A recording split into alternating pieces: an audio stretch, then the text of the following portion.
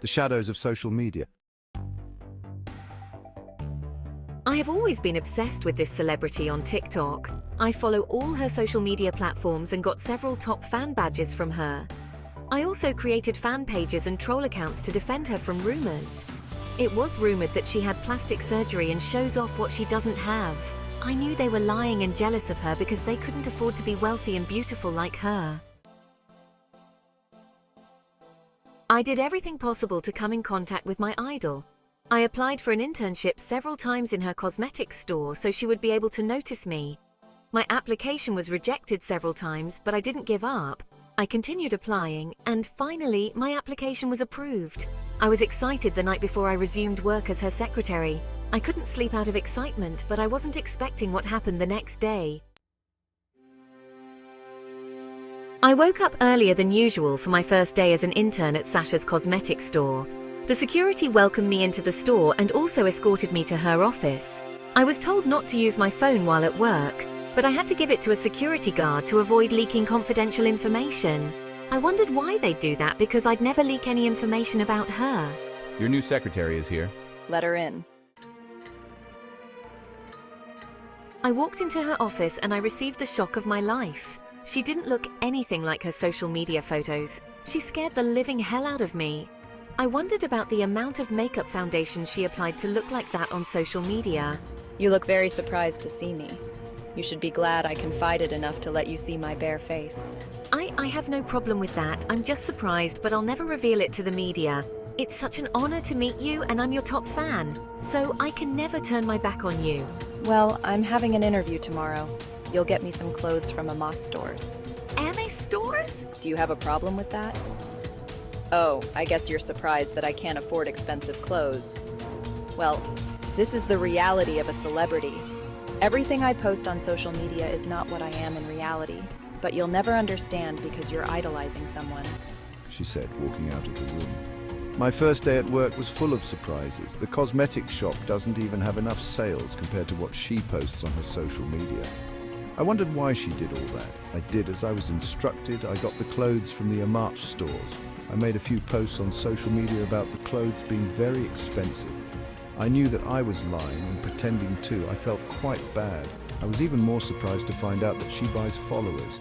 Most of them are bots.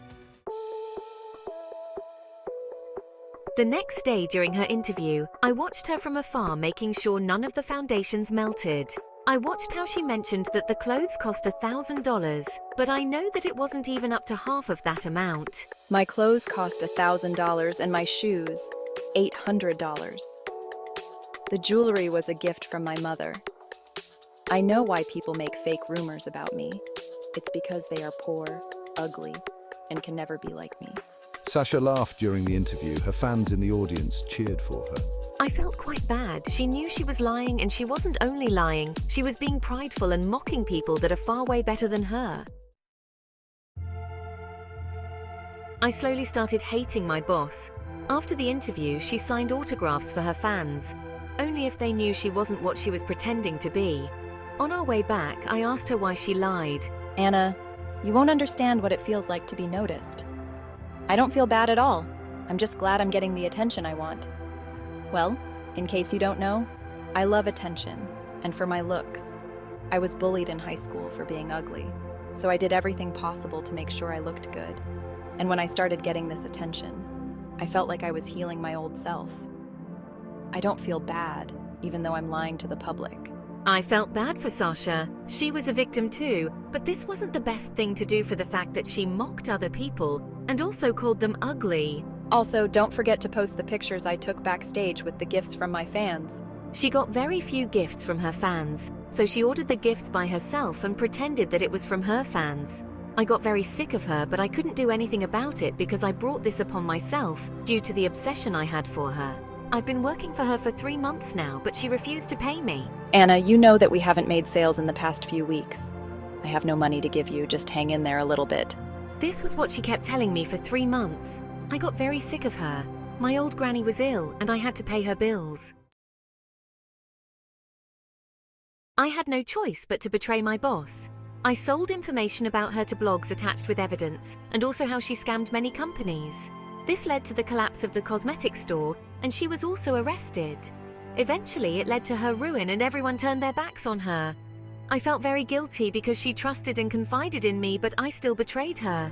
I had no choice. I had to save my granny, but I was also affected by her acts.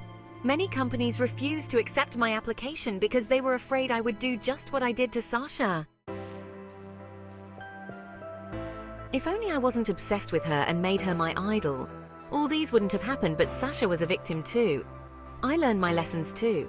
I shouldn't be blinded by what I see on social media. Make the background music inspiring.